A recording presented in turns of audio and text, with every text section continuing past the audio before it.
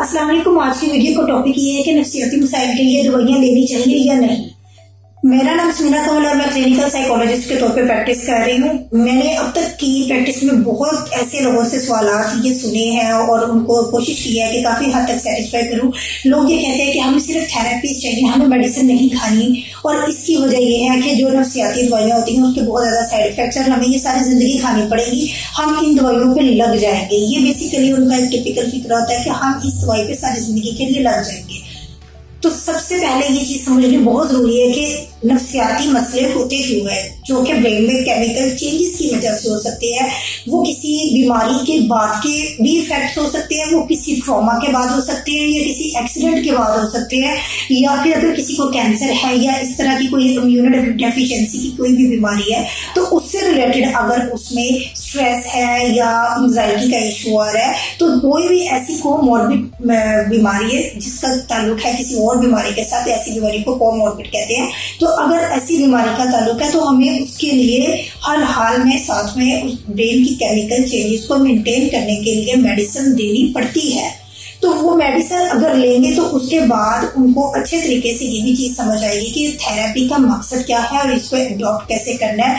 Therapeutic session लेने के लिए स्टेमिना होना चाहिए। 30 से 45 मिनट का ड्यूरेशन होता है एक सेशन का, जिसमें जो एक थेरेपिस्ट है वो पेशेंट से हिस्ट्री भी लेता है और उसको जो भी उनके प्रॉब्लम्स है उससे रिलेटेड गाइडलाइन दी जाती है। उससे रिलेटेड उनको रिलैक्सेशन थेरेपीज है, उनकी कोग्निशन को किस तरह से चेंज किया जाता है, जो ऐसी कोग्निशन जो कि उनको डिस्टर्ब करती है, जिसकी वजह से उनको गुस्सा आता है, या जो भी उनके प्रॉब्लम है, रिलेशनशिप उनके खराब हो रहे हैं, वो वर्क रिलेटेड स्ट्रेस है, तो इन सब चीजों को मैनेज करने के लिए जरूरी है कि पेशेंट की जब हम थेरेपी करते हैं तो उसमें स्टेमिना हो, वो हमारी अच्छे तरीके से बात समझ सके, सुन सके। और इन सब चीजों में अगर वो बात नहीं समझ पा रहे हैं तो उनको अपनी मेंटल कंडीशन को मेंटेन करने के लिए मेडिसिन की जरूरत होती है।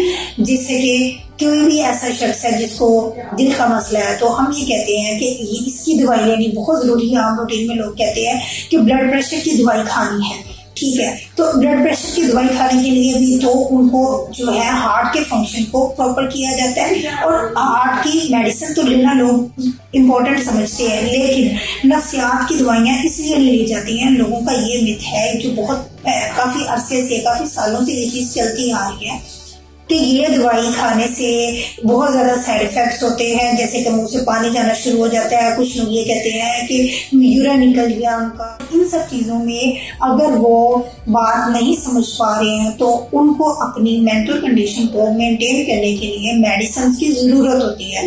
जिससे कि कोई भी ऐसा शख्स है जिसको दिल का मसला है तो हम ये कहते हैं कि इसकी दवाई लेनी बहुत जरूरी है। आम रूटीन में लोग कहते हैं कि ब्लड प्रेशर की दवाई खानी है, ठीक है, तो ब्लड प्रेशर की दवाई खाने के लिए भी तो उनको जो है हार्ट के फंक्शन को प्रॉपर किया जाता है, और हार्ट की मेडिसिन तो लेना लोग इम्पोर्टेंट समझते हैं, लेकिन नफ्सियात की दवाइयाँ इसलिए नहीं ली जाती हैं। लोगों का ये मिथ है जो बहुत काफी अरसे से, काफी सालों से ये चीज चलती आ रही है कि ये दवाई खाने से बहुत ज्यादा साइड इफेक्ट्स होते हैं, जैसे कि मुंह से पानी जाना शुरू हो जाता है। कुछ लोग ये कहते हैं कि यूरिन निकल गया उनका, और मैंने ये मेडिसिन खाई, मुझे नींद आना शुरू हुई, लेकिन नींद आते ही मुझे बुरे ख्वाब आना शुरू हो गए, ये मेडिसिन में सारा दिन सोई रहती हूँ। तो उसके पीछे ये वजह होती है कि वो मेडिसिन का जो प्रॉपर टाइम होता है, अगर 7 बजे कही है तो लोग रात को 11 बजे मेडिसिन ले लेते हैं।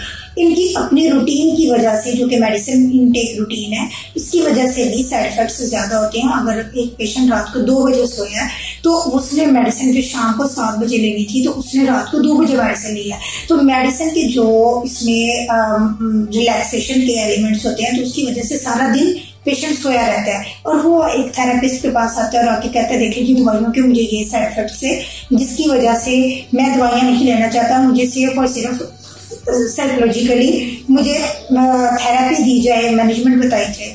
तो इस तरह चीजें पॉसिबल नहीं होती है। अगर एक शख्स बहुत ज्यादा एग्रेसिव है और हम उसको बात समझाने की कोशिश करते हैं, वो बात नहीं समझ पाता, वो खुद को नुकसान पहुंचा रहा है, खुदकशी के ख्यालात आ रहे हैं, खुदकशी के अटेम्प्ट कर चुका है।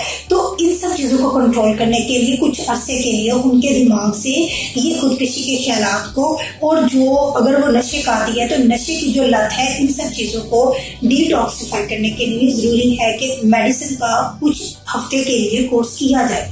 वो ग्रेजुअली मेडिसिन जो है वो इंक्रीज की जाती है और इसी तरह से ही वो टेपर ऑफ की जाती है, मतलब कि उसकी डोज आहिस्ता आहिस्ता कम करते करते मेडिसिन की डोज खत्म कर दी जाती है। तो मेरा आज की वीडियो रिकॉर्ड करवाने का मकसद ये है कि नफ्सियाती बीमारियों की दवाइयां लेने से मुतालिक जो लोगों की सोच है, इसमें ऐसी कोई सच्चाई नहीं है, ये सारी जिंदगी दवाइयां नहीं खानी पड़ती।